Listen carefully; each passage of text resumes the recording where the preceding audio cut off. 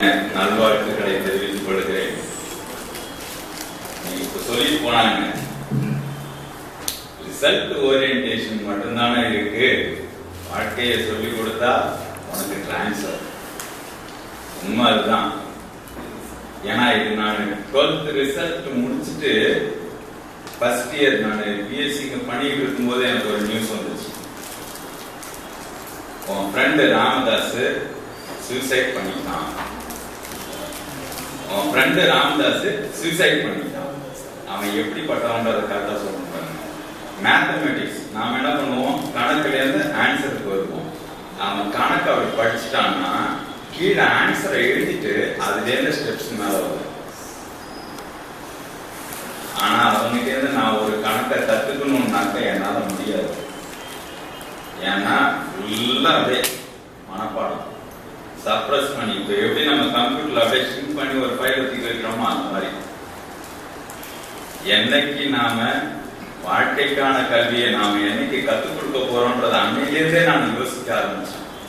ஆனா இன்னைய வரையில என்னால முடிஞ்ச அளவுக்கு அதை நான் இன்சிஸ்ட் பண்ணிட்டு தான் இருக்கிறேன். என்னுடைய ஸ்டூடெண்ட்ஸ் கிட்ட ஒரு நேரம் உட்காந்து யோசிச்சேன், ஏனடா இந்த எட்டுக்கல்வி என் வாழ்க்கையை ஏகாதிபத்தியத்திற்கு எடை போட்டு கொடுக்கவா?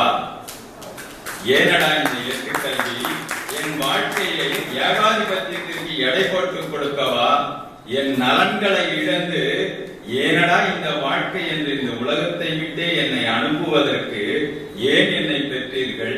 ஏன் இப்படி ஒரு கல்வியை எனக்கு கொடுத்தீர்கள் என்று ஒரு சின்ன பையன், அவனுடைய வார்த்தைகள் வேறு, அதில் உதித்த வார்த்தைகள் எனக்கு மனசுல பட்ட வார்த்தைகள் இது. அவன் சொல்லக்கூடிய அந்த கஷ்டமான ஒரு சூழ்நிலை.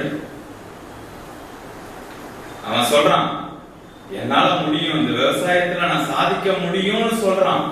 ஆனா அவங்க அப்பா, நீ இதுல சாதிக்க வேணாம், நீ வேற எதுலயாவது போய் சாதி, இதுல நான் உழன்றது போதும் அப்படின்றான். அதுக்குதான் அந்த பையன் இப்படி சொன்னான், என்னை கொண்டு போய் ஏகாதிபத்தியத்திற்கு என்னை எடை போட்டு கொடுத்துட்டு வந்துடணும்னு நினைக்கிறீங்களா அப்படின்னு கேட்டான்.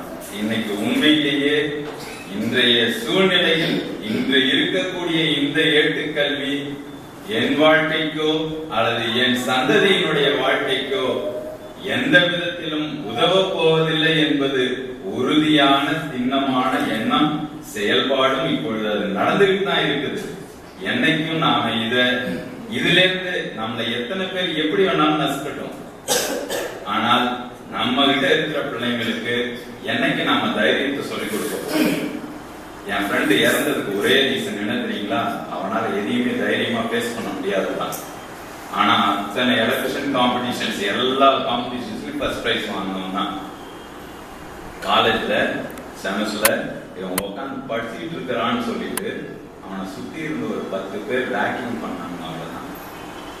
பொறுத்துக்க முடியாம semester exam, first semester exam எழுதிட்டு வந்து வீட்டிலே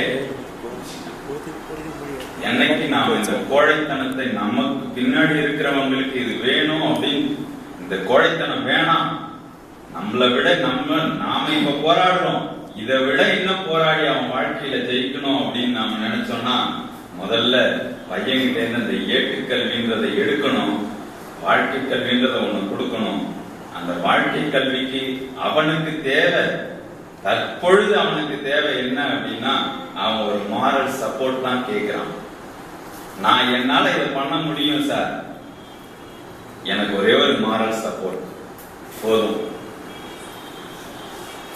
போன வருஷம் என்னுடைய கிளாஸ்ல, சார் அந்த கிளாஸ்ல சயின்ஸ் வந்தார், அந்த கிளாஸ்ல ஒரு பையன் ஒன்னே ஒண்ணுதான் கேட்டான், சார் எனக்குன்னு கேர் பண்ணிக்கிறதுக்கு யாருமே இல்லை சார் அப்படின்னு சொன்னான். நான் உடனே தோழத்தை சொல்லிட்டு அவனை கொஞ்சம் பார்த்துவாங்க அப்படின்னு மட்டும் நான் சொல்லிட்டு வந்துட்டேன். எல்லா டீச்சர்ஸுக்குமே சொல்லிட்டான். அதுக்கப்புறமா அவனுக்கு கிடைச்ச அந்த ஒரு மாரல் சப்போர்ட்டிவ், அதுவரையில அவனை யாருமே கண்டுக்காத ஒரு நிலையில அவனை டெய்லி கூப்பிடுவேன், என்னடா செய்யற, நேற்று என்ன பண்ணன, இவ்வளவுதான் நான் கேட்கிற கேள்வியே. டெய்லி இந்த 2 கேள்வி மட்டும்தான், என்ன செய்யற, நேற்று என்ன பண்ணன. அதுக்கப்புறமா அவனுடைய ரிசல்ட் ப்ராக்ரஸிவா வந்ததோட இல்ல, அவனுடைய சிந்தனைகள் எந்த அளவுக்கு விரிந்ததுன்னா தமிழ்ல தப்பா எழுதுனவன் அழகான ஒரு கவிதையை கொண்டு வந்தான். வாழ்க்கை அப்படின்ற ஒரு கவிதையை கொண்டு வந்தான். அந்த மாரல் சப்போர்ட்டை நாம் அந்த மாணவனுக்கு கொடுப்பதற்காக நம்மாலான உறுதியை இன்று முதல் நாம் ஏற்று செயல்பட உங்கள் அனைவரையும் அழைத்து இந்த வாய்ப்பிற்கு நன்றி கூறி விடைபெறுகிறேன்.